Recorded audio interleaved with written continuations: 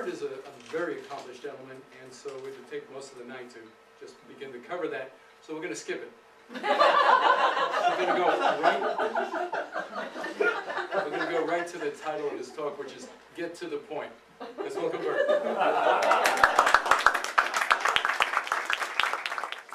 Actually, my talk tonight is big talk.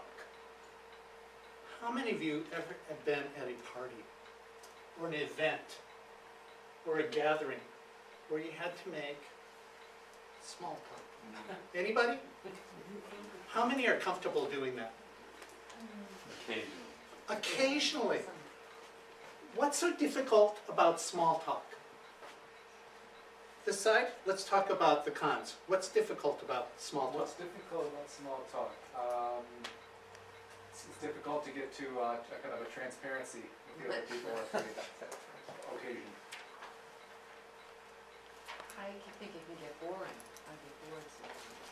Yes. It's shallow. Can be shallow. Great. Shallow, boring, not transparent enough. How about this side? What's the great thing about small talk? Yes. Well, you can just kind of riff along and be witty and have fun with the whole conversation. Correct. It's an icebreaker. Icebreaker. What else? Finding out about people. Finding out about people. There's a socialization that takes place. It can be fun too.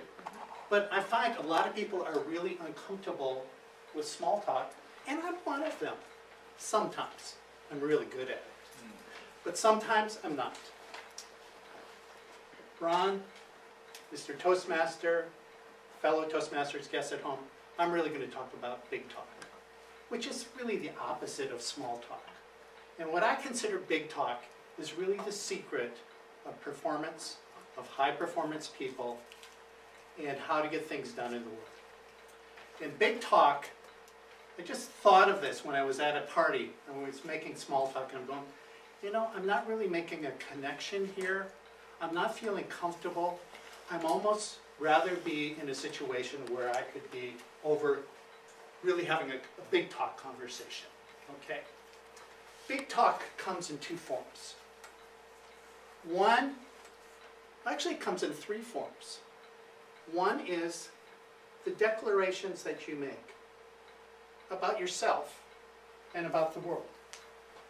If I say, and I've made this declaration and I think it holds true. I've said Fairfield has more restaurants per capita than San Francisco. Anybody ever heard that? Mm-hmm. Everybody's heard that. I made that declaration probably about 8 or 9 years ago, and it kind of stuck. Why? First of all, it's true, but it was also the case where I hadn't had to invent anything. I really had to discover it or listen for it. Thank you. So declarations that we make, it's really basic philosophy. We make declarations about ourselves. We saw a really transparent example of this before when Diane says, hey, listen, I'm not at the end of my rope. I can't even think of that because I am so excited to be back in Fairfield. I went on this great trip, and so on and so forth. So she's really making a declaration, I'm a happy person, all right? So declarations are one thing that we can do to either make ourselves powerful or not. It's a really big talk, and a lot of that talk is internal. It's really a conversation with ourselves, correct? Yes. All right. Second conversation, type of conversation you can have, and I love to have these conversations, it's really the conversation about possibilities. What are conversations about possibilities?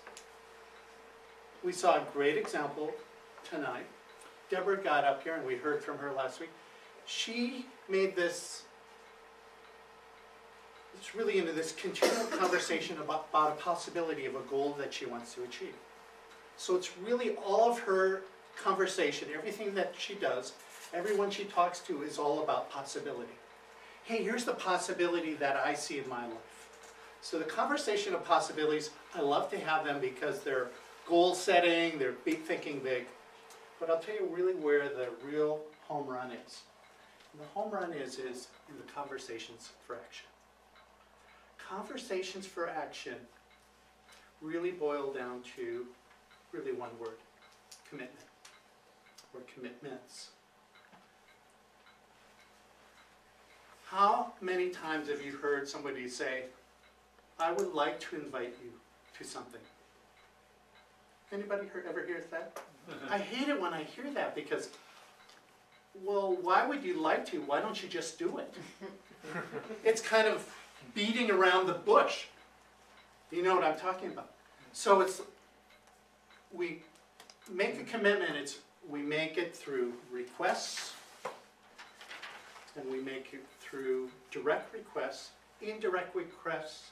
Beating around the bush is okay, but the real power of conversations for action is listening to what the conversation is, and really where the commitment is. The commitment comes in the form of a request. David, I invite you to listen intently to my talk tonight. Okay. Okay, so it's a direct request. He says, yeah, he makes a promise, I'm going to do that. The other part of a commitment is the conditions of satisfaction.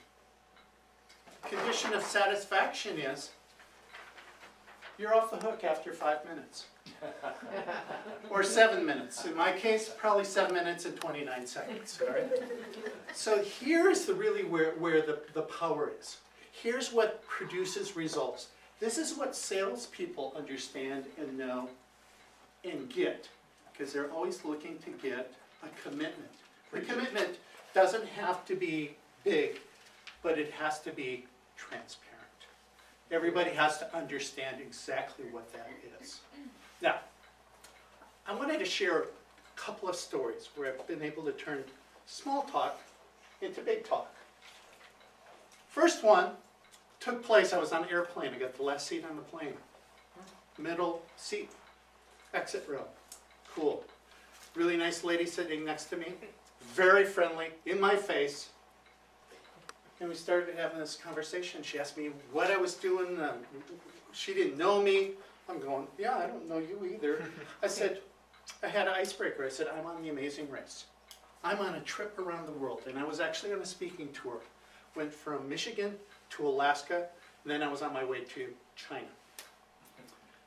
And she goes, really? That is so cool. And the fact is that it turned out to be Sarah Palin. I didn't know she was the governor of Alaska at the time, but we had an incredible conversation.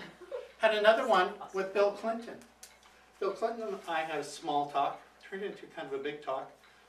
To me, it was 5 minutes. And we had something in common. His mother and my mother played bridge together. So did I have an icebreaker? Could convert into a small talk to a big talk? You bet I could. Thank you, Mr. By the way, thank you, Mr. Toastmaster.